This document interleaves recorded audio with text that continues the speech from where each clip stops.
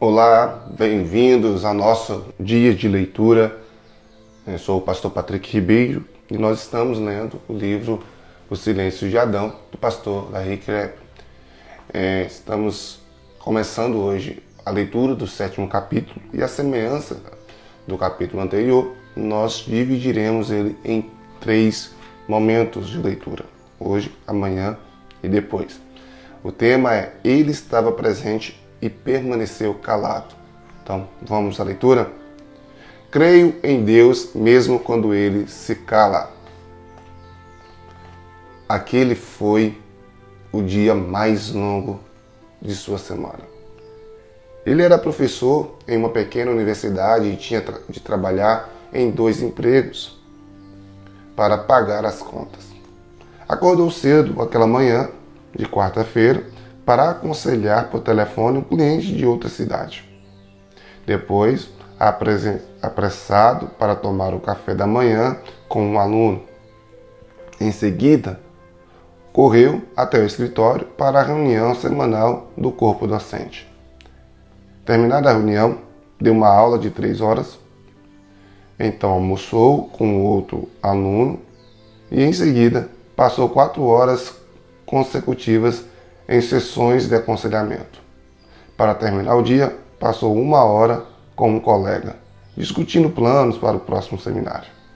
À noite, no trajeto de carro até sua casa, ele estava esgotado e exausto.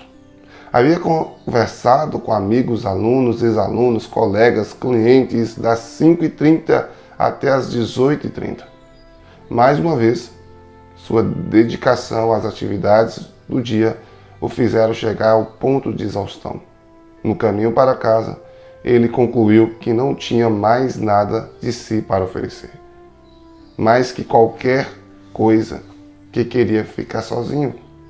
Pensou rapidamente sobre como poderia afastar-se por alguns dias. Enquanto ouvia o rádio, ele sonhava com sua cabana imaginária escondida nas montanhas de Montana. Nenhuma controvérsia, nenhum pedido, nenhuma crítica. Mas outro pensamento o atormentava. O corroía, embora fosse agradável. Por mais exausto que estivesse, não via a hora de estar com as pessoas que mais amava, a esposa e o filho. Ao chegar à garagem, sentiu a raiva crescer dentro dele. Com o corpo tenso, sentiu aquele muro conhecido erguer-se diante dele. Sabia exatamente o que aconteceria quando entrasse em casa. Reviu a cena mentalmente enquanto entrava na garagem. O filho ia querer brincar e a esposa indagaria sobre tudo o que ele havia feito naquele dia e também lhe contaria tudo sobre o dia dela. Diria tudo o que enfrentou desde que ele saiu de manhã.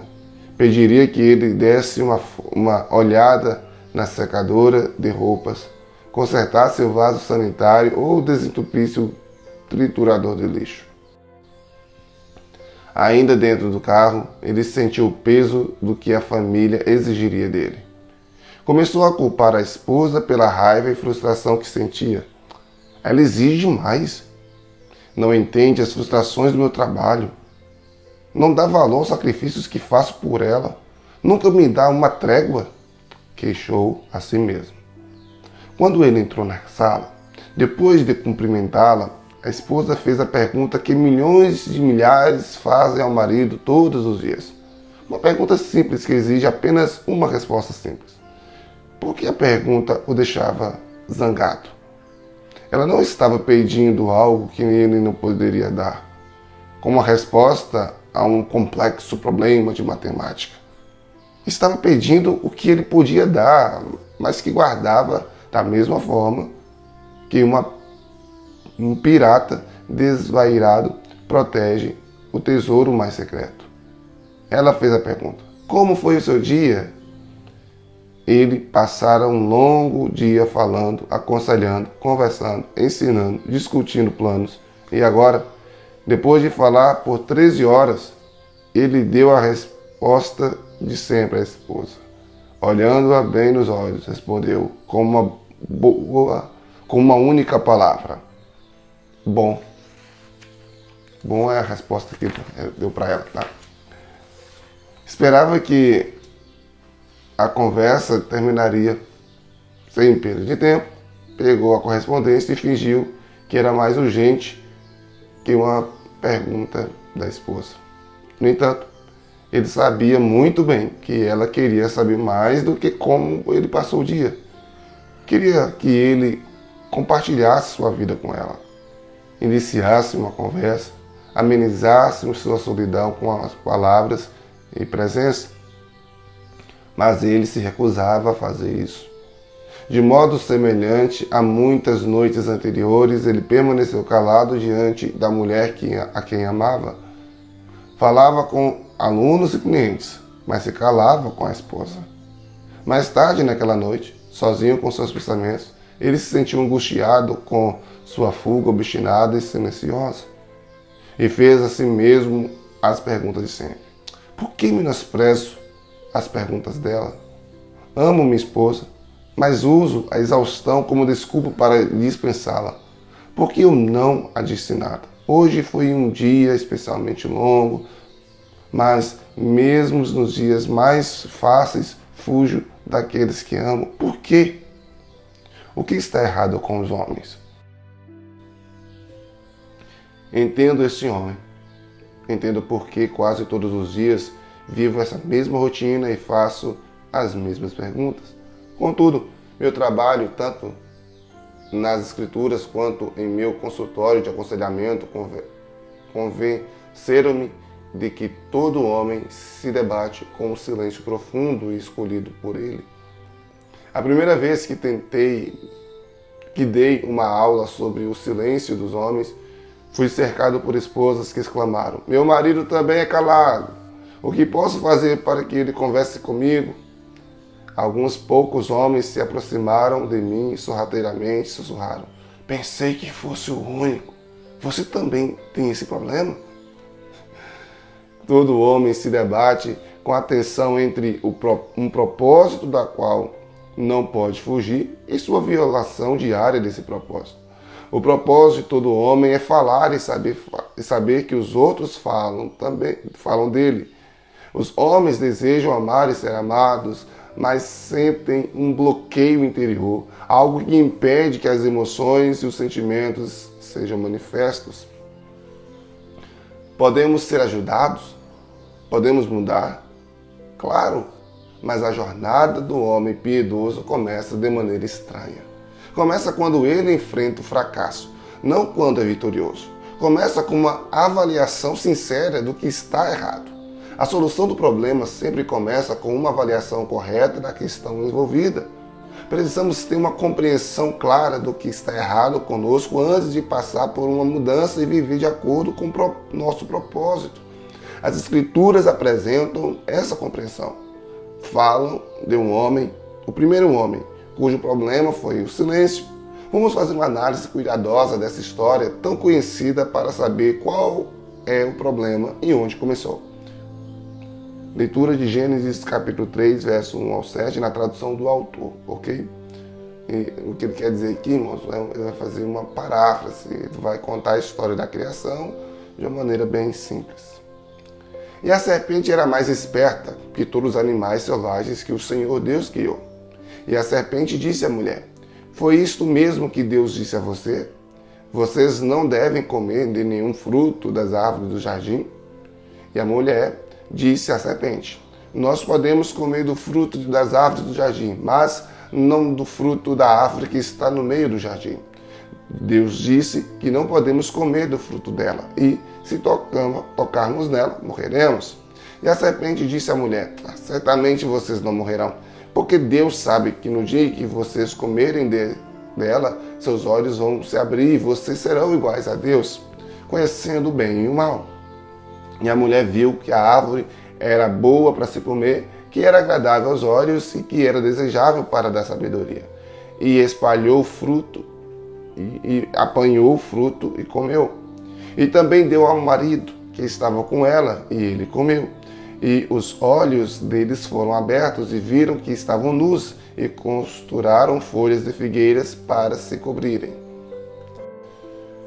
Ao longo de sua história, a igreja em geral tem culpado Eva pela queda da raça humana.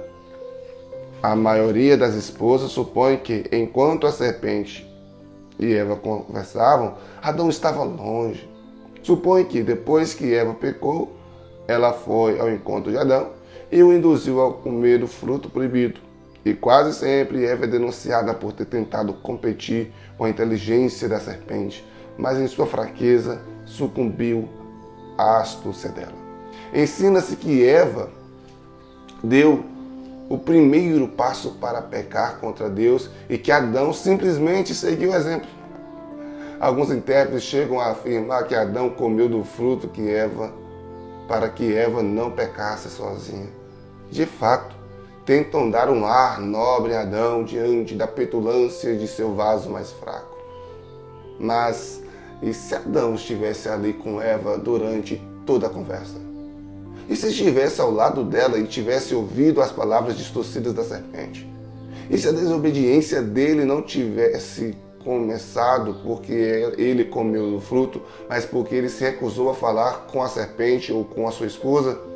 Se Adão estava presente, mas se calou, isso lança um pouco de luz sobre o problema com os homens. A interpretação de Gênesis apresentada pela igreja talvez tenha permitido que os homens culpem as mulheres por seus problemas, exatamente como Adão culpou Eva, e não responsabilizem por seus fracassos. Mas a situação muda totalmente se Adão estava perto de Eva quando a serpente a tentou. Em silêncio, torna-se pecado, com implicações de amplas consequências. Há 4 motivos pelos quais acreditamos que Adão estava presente no momento da tentação. O primeiro deles é seu silêncio se encaixa no contexto imediato de Gênesis 1:3. Gênesis 3:6 diz que ele estava presente. Terceiro motivo, o estilo do relato inteiro registrado em Gênesis 3, do 1 ao 7, sugere que Eva se virou imediatamente para Adão e lhe deu o fruto. E, quarto motivo, em Gênesis os outros homens repetiram esse problema antigo do silêncio de Adão, insinuando que esse silêncio passou a ser um exemplo para seus descendentes do sexo masculino. Uau! Início do capítulo 7 já iniciou, como diz um dito popular, com os 2 pés, no peito. Eu quero desafiar você a continuar lendo comigo o capítulo 7 amanhã. E eu tenho certeza que nós seremos abençoados, e como já temos sido hoje. Quero desafiar você aí no nosso blog, ver o resumo, olhar as perguntas para reflexão, as ações práticas que podem ser feitas a partir dessa leitura. E baixe o nosso aplicativo da igreja. Todos os links estão aqui na descrição que você pode acessar. Que Deus te abençoe. Até amanhã. Fique na paz. Tchau.